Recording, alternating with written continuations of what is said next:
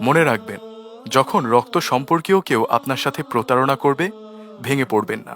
মনে রাখবেন, হজরত ইউসুফ আলাইহিওয়াসাল্লাম আপন ভাইদের দ্বারা প্রতারিত হয়েছিলেন, কিন্তু এরপরেও তো তিনি থেমে থাকেননি, বরং সফল হয়েছিলেন। যখন পিতামাতা আপনার প্রতিপক্ষ হয়ে দাঁড়াবেন, ভেঙে পড়বেন না। মনে রাখবেন, হজরত ইব্রাহিম আলাইহিওয়াসাল্লাম নিজ পিতার দ্বারাই আগুনে নিক্ষিপ্ত হয়েছিলেন, আর সেই আগুন তো তার একটা পশমও পোড়াতে পারেনি। যখন ঘোর বিপদে পতিত হয়ে বের হয়ে আসার আর কোনো উপায়ন্তর খুঁজে না পান, আসার শেষ আলোটুকু দেখতে না পান, ভেঙে পড়বেন না। মনে রাখবেন, হজরত ইউনুস আলাইহিওয়াসাল্লাম মাছের পেটের অন্ধকার প্রকোষ্ঠ থেকেও উদ্ধার হয়েছিলেন। ভুলে যাবেন না, আল্লাহ আছেন। আলো বাতাসও যেখানে পৌঁছতে না পারে, সেখানেও আল্লাহর রাজত্ব চলে।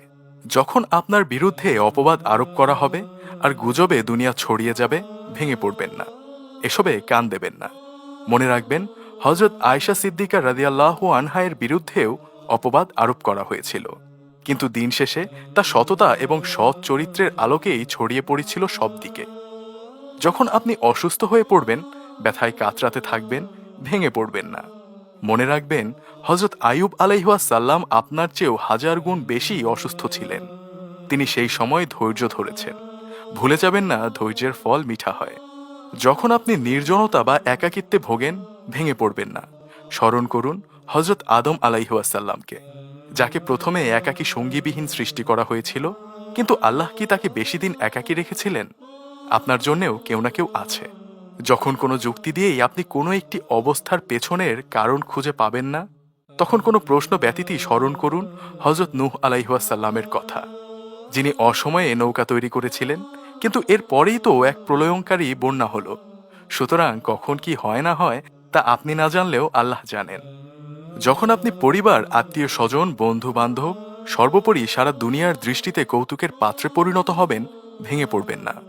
স্মরণ করুন আমাদের প্রিয় নবী হজরত মুহাম্মদ সাল্লাল্লাহু আলাইহিওয়াসাল্লামের কথা, যিনি তার আপনজনের হাসি তামাশার পাত্রে পরিণত হয়েছিলেন, কিন্তু যারা তাকে নিয়ে হাসি তামাশা করত, সেই আবু জাহেল, আবু লাহাবেরা আজ কোথায়? দুনিয়া এবং আখেরাতে তাদের চেয়ে ঘৃণিত আর কে আছে? আল্লাহ তাআলার কাছে সবচেয়ে প্রিয় বান্দা হলেন তার প্রেরিত নবী ও রাসূলগণ, আর তার প্রেরিত সেই সকল পয়গম্বরকেই তিনি সবচেয়ে কঠিন পরীক্ষায় ফেলেছিলেন। কিন্তু তারা আল্লাহর ওপর থেকে ভরসা হারাননি। তারা ধৈর্য ধারণ করেছিলেন, আর এর ফলে তারা একসময় সফলও হয়েছিলেন। আল্লাহ তাদেরকে উদ্ধার করেছিলেন সেই কঠিন বিপদ থেকে। আর তাদেরকে আল্লাহ বিপদে ফেলেছিলেন এই জন্য যে, যাতে করে দিন পালনের ক্ষেত্রে পরবর্তী উম্মতেরা ধৈর্য ধারণ করতে পারে, কষ্ট সহিঞ্চু হতে পারে। নিশ্চয় আল্লাহ ধৈর্য ধারণকারীদের সাথেই আছেন।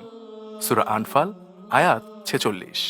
আমাদের ভিডিওগুলো ভালো লাগলে আমাদের ইসলামিক স্টোরি পেজ লাইক দিতে পারেন এবং আমাদের YouTube channel Islamic story subscribe করতে পারেন।